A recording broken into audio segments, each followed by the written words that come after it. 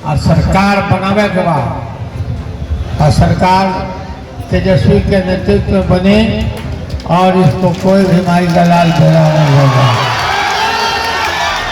तो सुन लीजिए, बिहार का हर युवा माई का लाल है, जो लैंड फॉर जॉब घोटाले के आरोपी तेजस्वी यादव को सीएम बनने से रोकेगा। माननीय तेजस्वी यादव जी को राजनीतिक पितृदोष लगा हुआ है, वह उबर नहीं पाएंगे।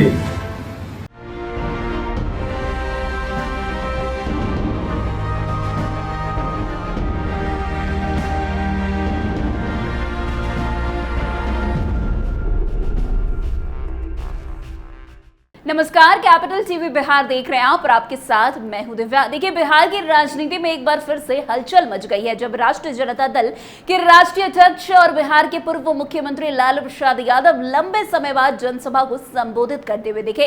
ये जनसभा मोतिहारी जिले में आयोजित की गई थी, जहां स्वास्थ्य कारणों से लालू यादव मंच पर कुर्सी पर बैठे हुए थे, लेकिन उनकी आवाज में वही जोश और उत्साह था जो हमेशा उनके भाषणों में दिखाई देता है। इस दौरान उन्होंने अपने पुत्र तेजस्वी यादव के नेतृत्व में आगामी विधानसभा चुनाव 2025 में आरजेडी की सरकार बनने का बड़ा दावा कर दिया। और सरकार बनावे के बाद और सरकार तेजस्वी के नेतृत्व में बने और इसको कोई भी माई दलाल बेड़ा नहीं होगा। माई बहनी योजना कमिटमेंट में चारों तरफ का फैलावे के बाद, बतावे के बाद, प्रचार करे के बाद, तो आप सब लोग को बहुत बहुत धन्यवाद। कामरेड जमुना यादव अमर रहे, कामरेड जमुना यादव अमर रहे।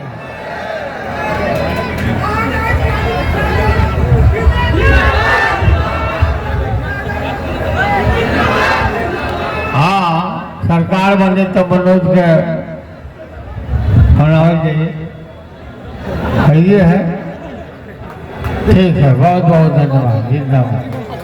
लालू यादव ने मन से ही कहा कि 2025 के चुनाव में तेजस्वी यादव की सरकार बनेगी, इसको कोई माई का लाल रोक नहीं सकता। उनका ये बयान बिहार की राजनीति में एक बड़ी चर्चा का विषय बन गया है और इसके बाद विभिन्न राजनीतिक दलों के नेताओं ने अपनी अपनी प्रतिक्रिया देनी शुरू कर दी है। खासतौर पर जेडीयू ने इस बयान पर तीखा हमला किया है।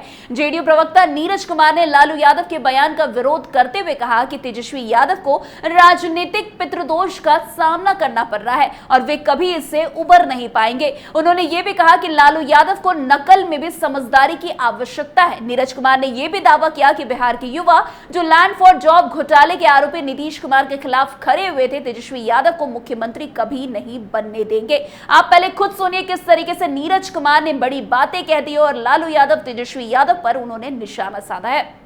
माननीय तेजस्वी यादव जी को राजनीतिक पितृदोष लगा हुआ है, वह उबर नहीं पाएंगे। माननीय लालू प्रसाद जी, नकल में भी अकल चाहिए।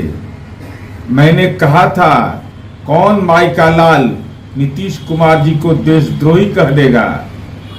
आप कह रहे हैं तेजस्वी को कोई माई का लाल रोक नहीं सकता। तो सुन लीजिए, बिहार का हर युवा माई का लाल है, जो लैंड फॉर जॉब घोटाले के आरोपी तेजस्वी यादव को सीएम बनने से रोकेगा। वैसे लालू यादव ने यह बयान कल्याणपुर से आरजेडी विधायक मनोज कुमार यादव के पिता स्वर्गीय कामरेड यमुना यादव की पुण्यतिथि पर दिए।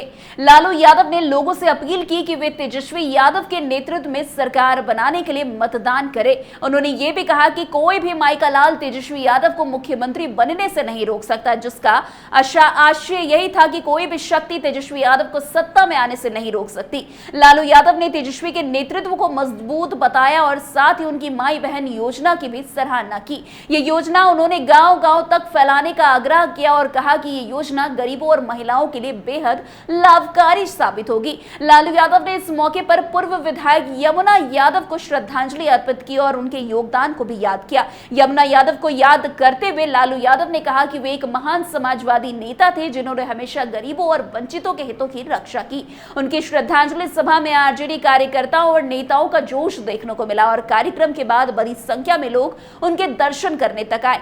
इस कार्यक्रम में पार्टी के कार्यकर्ताओं को एक नया उत्साह दिया और आगामी विधानसभा चुनाव की तैयारियों को तेज कर दिया लालू यादव ने। वैसे लालू यादव का यह जनसभा भाषण उनके राजनीति में वापसी का प्रतीक भी माना जा रहा है। वो लंबे समय बाद अपनी पार्टी के कार्यकर्ताओं और बिहार वासियों के बीच आए थे और उनके स्वास्थ्य के कारण उनके कई सार्वजनिक कार्यक्रमों को स्थगित तक किया गया था, लेकिन उनके इस भाषण ने यह साफ कर दिया कि वे चुनावी मैदान में पूरी तरह से सक्रिय हैं और उनके शब्दों में तेजस्वी यादव को मुख्यमंत्री बनाने का विश्वास और पार्टी के कार्यकर्ताओं को उत्साहित करने की विशेष शक्ति थी। लालू यादव ने इस जनसभा के माध्यम से यह संदेश देने की कोशिश की कि उनका मार्गदर्शन अब भी पार्टी के लिए अत्यंत महत्वपूर्ण है और वे तेजस्वी यादव के नेतृत्व में राज्य में बदलाव लाने की तैयारी कर रहे हैं। लालू यादव का यह बयान उस समय आया जब बिहार विधानसभा चुनाव 2025 के नजदीक है और राज्य की राजनीति में कई बदलाव हो रहे हैं। नीतीश कुमार और तेजस्वी यादव के बीच सत्ता की लड़ाई तेज है। जेडीयू और आरजेडी के बीच प्रतिद्वंद्विता बढ़ती जा रही है और बिहार की राजनीति में ये एक नई चुनौती के रूप में सामने आई है। वैसे नीतीश कुमार की पार्टी जेडीयू ने जहां तेजस्वी यादव को मुख्यमंत्री बनाने के खिलाफ कड़ी प्रतिक्रिया दी, तो वहीं भाजपा और अन्य विपक्षी दलों ने भी अपनी रणनीतियां तैयार कर ली है। ऐसे में लालू यादव का बयान न केवल राजनीतिक ताकत का संकेत था, बल्कि यह भी था कि वे और उनकी पार्टी आगामी चुनाव में अपनी स्थिति मजबूत करने के लिए पूरी तरीके से तैयार है। वैसे लालू यादव की राजनीति में हमेशा से एक खास आकर्षण रहा है। उनकी राजनीति का मुख्य आधार हमेशा सामाजिक न्याय, समानता और गरीबों की आवाज रहा है। उन्होंने हमेशा दलितों, पिछड़ों और कमजोर वर्गों के हितों की रक्षा की है और यही कारण है कि वे बिहार के सबसे प्रभावशाली नेताओं में से एक माने जाते हैं। उनका राजनीतिक इतिहास यह बताता है कि वे किसी भी स्थिति में अपनी पार्टी को मजबूत करने में माहिर है और उनका एक एक शब्द पार्टी के कार्यकर्ताओं को एकजुट करने का काम करता है।